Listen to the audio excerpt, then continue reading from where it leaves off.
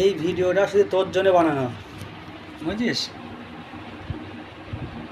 মানুষ ইউটিউবে ভিডিও কিসের জন্য ছাড়ে? যে তাড়াতাড়ি ভাইরাল হব, চ্যানেলটা থেকে টাকা ইনকাম করব, ভিডিও ভাইরাল হবে, ভিডিও শেয়ার হবে, ভিডিও লাইক হবে, ভিডিও পোস্ট হবে, এর জন্যই কমেন্ট হবে।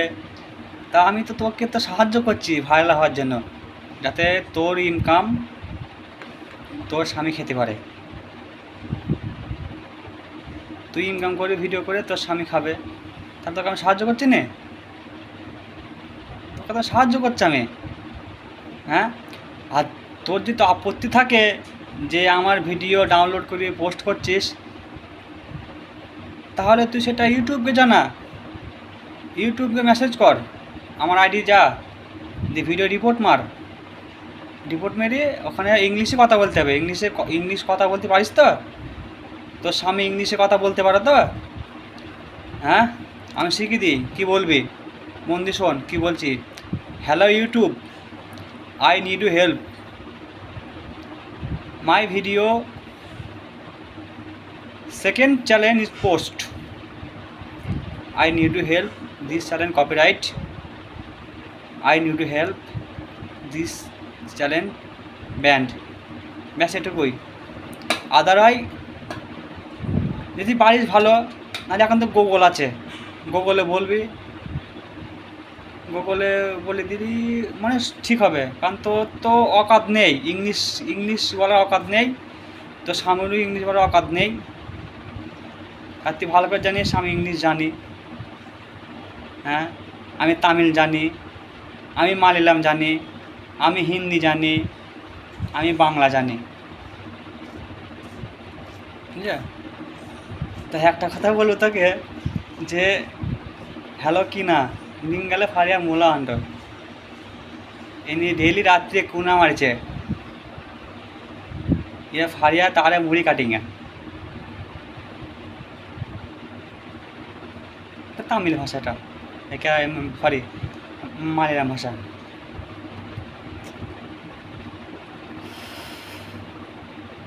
বাংলা মানে বাংলা লিখলেও হবে, বুঝিস?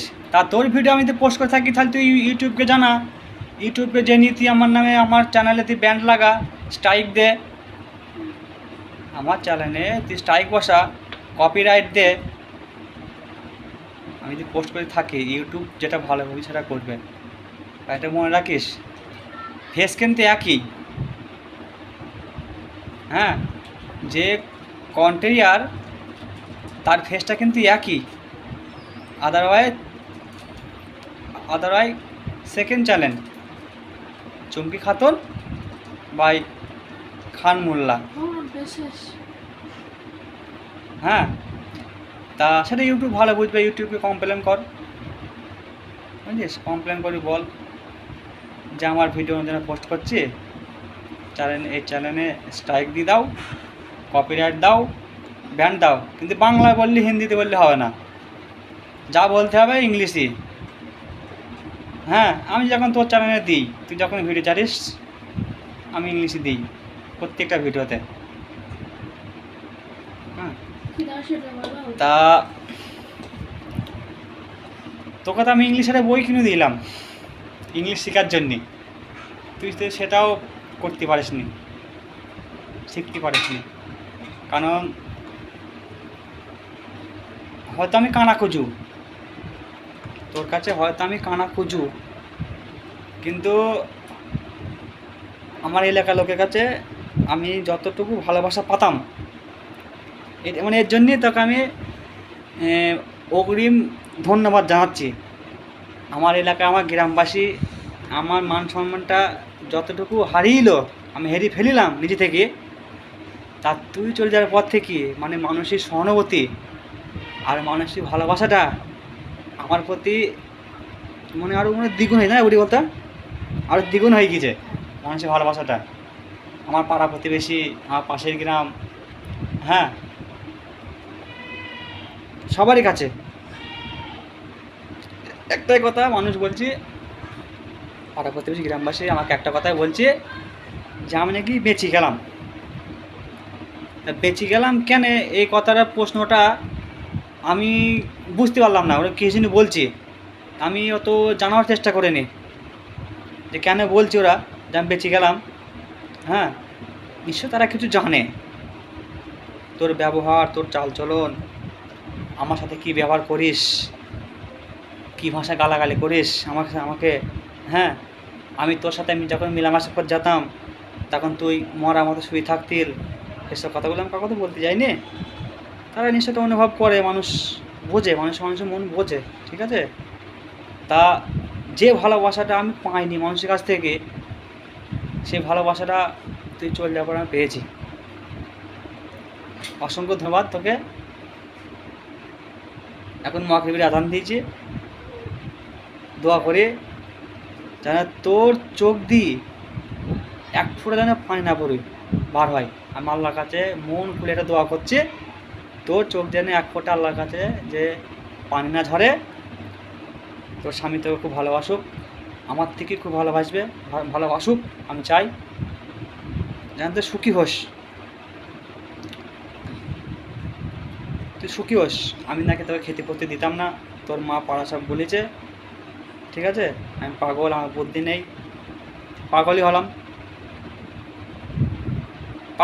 আরে পাগল আছে আমার মায়ের আছে, আমার মা বাবার আছে।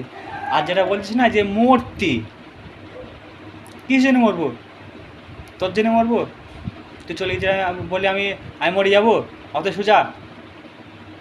আমার মা আছে, আমার বাপ আছে, আমার একটা মেয়ে আছে, তাহলে আমি যদি মরে যাই আমার মেয়েটার কী হবে, আমার বাপ মার বয়সকালে কী হবে, সেটা একবার ভেবে দেখেছিস? হ্যাঁ, মরবি তো তুই, তোর দরকার মান সম্মান লজ্জা ঘৃণা তোর নেই, কারণ তুই এরকম একটা কাজ করার পর ইউটিউব, ফেসবুক, ইনস্টাগ্রাম ছবি স্ট্যাটাস দিচ্ছিস, তাহলে তোর মান সম্মান নেই নিশ্চয়ই, মান মনোবতা বলে কিছু নেই। তোকে সব মানুষ ভালো বলছে, তুই গলা ঝরে ধরে চুমু খেয়ে কোলে মাথা দিয়ে শুয়ে যে ছবিগুলো ছাড়ছিস, তোকে কি মানুষ ভালো বলছে? একবার ভেবে দেখেছিস তোর মান সম্মানটা কোথায় আছে? হয়তো তুই মনে মনে ভাবছি, বল আমার কথা আমার সামনে বলছে না, আমি শুনতেও পাচ্ছিনি।